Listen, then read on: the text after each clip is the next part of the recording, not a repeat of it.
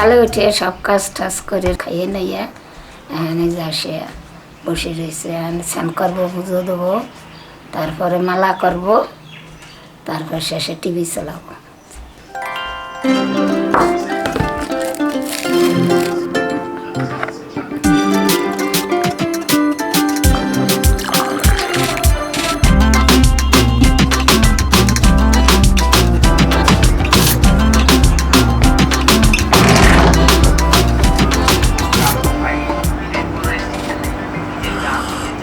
তো hello guys, welcome to another video. I hope you guys are doing absolutely well. আমি just ভাবতে পারছি না যে আমি আবার রেগুলার ভিডিও বানাতে শুরু করছি, রেগুলার ভিডিও আপলোড করার চেষ্টা করছি। 4 বছর হয়ে গেছে যে আমি ব্লগ বানাতে শুরু করেছি। আর যখন আমি ব্লগ বানাতে শুরু করেছিলাম তখন আমার কাছে জাস্ট একটা নিকনের T3100 বলে একটা ক্যামেরা ছিল, যেটায় মোটামুটি 2 মিনিট 3 মিনিট করে রেকর্ড করার পর ক্যামেরা বন্ধ হয়ে যেত, সেটা ওভারহিট হয়ে যেত, তারপরে সেটাকে আবার কুল ডাউন করতে হতো, আবার আমাকে রেকর্ড অন করতে হতো। তো এইভাবেই আমি ভিডিও বানাতাম। বাট তখন আমার মধ্যে একটা প্রচেষ্টা ছিল, একটা স্ট্রাগল ছিল, একটা হাসিল ছিল। আলটিমেটলি নিজের আইডিয়াগুলোকে কনভে করতে হবে, আর সেই আইডিয়াগুলোকে কনভে করার জন্য আমার কাছে যা আছে সেগুলোই কাজে লাগাতে হবে। সেটাই একমাত্র রিজন ছিল যে ওই নিকনের একটা পাতি ক্যামেরা দিয়ে এত কষ্ট করে শ্যুট করেও সেগুলোর মধ্যেও নতুনত্ব কিছু এক্সপ্লোর করার চেষ্টা করতাম। নতুন নতুন এডিটিং ট্রিক, নতুন নতুন সিনেমাটোগ্রাফি ট্রিক, প্রত্যেকটা জিনিস অ্যাপ্লাই করার চেষ্টা করতাম আমার ভিডিওগুলোতে।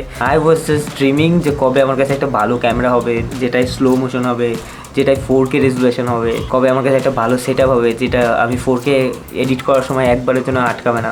কিন্তু একটা সময় যখন আমার কাছে প্রত্যেকটা জিনিস আসতে শুরু করলো, লাইক আমার নতুন ক্যামেরা যেটায় 4K শ্যুট হয়, স্লো মোশন শ্যুট হয়, তারপর নিজের গিম্বেল, নিজের এডিটিং সেট আপ যেটায় আমি 4K ইভেন 6K এডিট করার সময় আমার এক ফোঁটা ল্যাগ ফিল হবে না, ড্রোন, প্রত্যেকটা জিনিস আমার কাছে যখন হয়ে গেল তখন আমার কাছে পেইড গিগগুলো আসতে শুরু করলো, like freelancing, wedding video, music video, তারপর শর্ট ফিল্ম শ্যুট। এই জিনিসগুলো আসতে শুরু করার পর আমি ছুটতে শুরু করলাম টাকার পেছনে। ইয়েস, আমার কাছে সেট আপ হওয়ার পরেও আমি কাজ করতাম, কিন্তু প্রত্যেকটা কাজ শুধুমাত্র টাকার জন্য করতাম। আর আস্তে আস্তে আমার নিজের বেস্ট পয়েন্ট, নিজের যে জিনিসগুলো শুরু করেছিলাম, লাইক আমার ব্লগিং, আমার সিনেমেটিক স্টোরি, সব কিছু থেকে আস্তে আস্তে ডিস্ট্র্যাক্ট হয়ে ফুললি ঢুকে গেলাম ফ্রিল্যান্সিং লাইফে। তো একটা সময় কি হলো, টাকা তো আসছিল, নিজের সেই স্যাটিসফ্যাকশন পাচ্ছিলাম না। তো আমার মনে হয় মানুষের যেখান থেকে তার লাইফে স্ট্রাগল বা যাই শুরু করুক সেই জায়গাটা কখনো ভোলা উচিত না, কারণ সেই জায়গাটা সে যদি ভুলে যায় তাহলে কেন শুরু করেছে সেটা বলার চান্স অনেক বেশি থাকে। তো আই হোপ আমি সব কিছু শুরু করার রিজন আবার প্রপারলি খুঁজে পাবো, নিজের আর্টিস্টিক পার্টগুলো কনভে করতে পারবো। তো please guys support me, give your feedback, I need it so badly. That's all.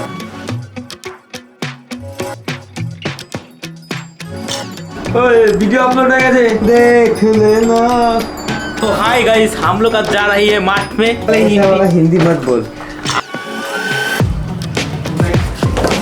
গাড়ি দিয়ে আমার নাতিরে ঘুরতে যাচ্ছে, তুমি সি অফ করতেছো? আমি বাচ্চা দেখতে যাচ্ছি। আচ্ছা, আমাদের পাশের বাড়ির একটা নিউবর্ন বেবি আছে, তো দিদা তাকেই দেখতে যাচ্ছে। পেছনে যেটা দেখা যাচ্ছে এটা আমার পুরনো স্কুল, এখানে আমি 12 অবধি কমপ্লিট করেছি। আর এটা আমাদের গ্রামের সব থেকে বড় মাঠ, যেখানে একটা সময় আমি খেলতে আসতাম। তো এখন বাড়িতে এসে থাকাই হয় 1 দিন 2 দিন, তো আর খেলতে আসা হয় না, খুব রেয়ারলি হয়। থামস আপ, ল্যাংটা থামস আপ। একটা বাবুই পাখির বাসা হয়েছে, আর যেহেতু কালকে ঝড় হয়েছে তো ঝড়ে কিছু বাবুই পাখির বাসার নিচে পড়েছে।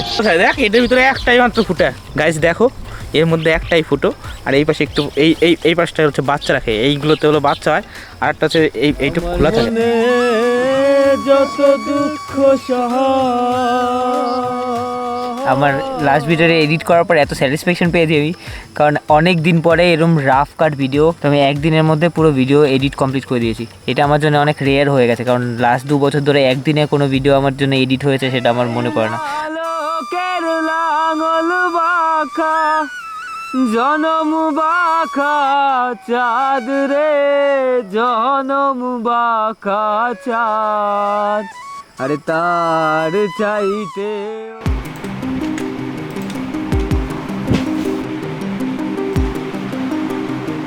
তো লাইফের মোস্ট স্যাটিসফাইং জিনিস হলো ভিডিও রেন্ডার হওয়া আর সেটা দেখা। আর বাইরের অবস্থা অলরেডি মেঘলা হয়ে গেছে, আই উইশ কি কারেন্ট না যাক। It's literally the most pathetic part of this village is electricity. একে তো সিস্টেমের ইউপিএস লাগানো নেই, তারপরে বাড়িতে কোনো ইনভার্টার নেই, কিছু নেই, কারেন্ট ফুট করে চলে যাওয়া মানে টাপ করে পুরো সিস্টেমটা অফ হয়ে যায়। অ্যাকচুয়ালি এটা একটা বিস্ট, আর সেই বিস্ট যখন সাডেনলি একদম খামোশ হয়ে যায় তখন যেমন বুকের মধ্যে ধূপ করে ওঠে। ওকে, তো প্রজেক্ট নিয়ে তো বেশি চিন্তা নেই, কারণ আমি অ্যাকচুয়ালি দাভিন্সি ইউজ করি। তো দাভিন্সির এটা খুব ভালো একটা ফিচার যে অটোমেটিক প্রজেক্টগুলোকে সেভ করতে থাকে। তো প্রবলেমটা হয় তখন যখন আমি স্ক্রিপ্ট লিখতে শুরু করি।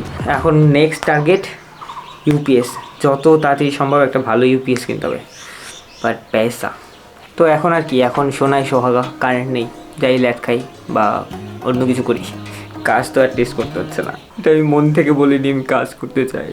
দুটো ক্লায়েন্টের ভিডিও বাকি রয়েছে, নিজের ইউটিউবের ভিডিও বাকি রয়েছে, স্ক্রিপ্ট লেখাটা কমপ্লিট করতে হবে, অনেক কিছু অনেক কিছু। Take some rest. তো দেখা যাক মেজো পড়ার নাম নিয়ে কী করে। এই মালটার নামে বলে যে আমি পড়াশোনা করছি, আর পড়াশোনার নাম নিয়ে সামনে বই খুলে রেখে ও মোবাইলে সারাদিন কোরিয়ান সিরিজ দেখতে থাকে। আবার হাসছে, অস্বীকার কর। না আমি কোরিয়ান দেখি, কিন্তু আমি অঙ্ক করার মাঝে মাঝে দেখি। অঙ্ক করার মাঝে মাঝে দেখে, মানে যখন ওর অঙ্ক মিলছে না বা ও কোনো সূত্র খুঁজে পাচ্ছে না তখন দেখে। কোরিয়ানরাও ওকে হেল্প করে অঙ্ক মেলাতে, তাই তো? না না, মনকে ভালো রাখার জন্য। ও মনকে ভালো রাখার জন্য ও কোরিয়ান যত রোম্যান্টিক ড্রামা আছে, রোম্যান্স মানে লাভ গুরু হওয়ার প্র্যাকটিস করছে। কি করে এই প্যান প্যানানি জ্ঞান জ্ঞানানি দেখিস তুই সারাদিন না?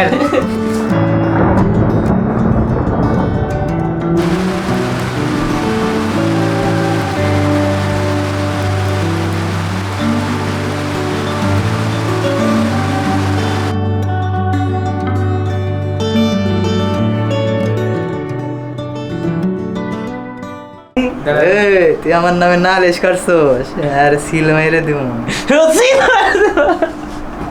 আই যাই গে পাট খেতে।